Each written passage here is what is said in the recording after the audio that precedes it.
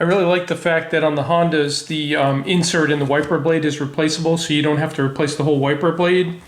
The easiest way to replace the insert is to take off the wiper blade for a minute, and there's a little tab on the back that you can see there. You pull back on the tab and then slide down and the whole blade comes off.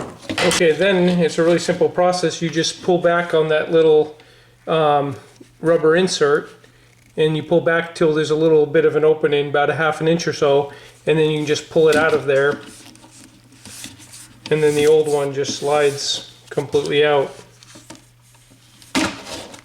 Then you grab your new one, and these are the part numbers for the new ones.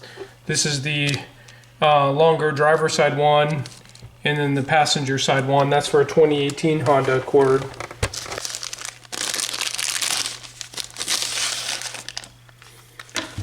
And then you can just insert it in the end into that slot,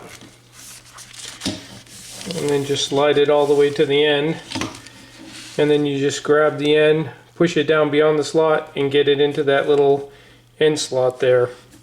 And there you go, it's like a brand new wiper. And then to put the wiper back on, you just slide it back in till it locks in place.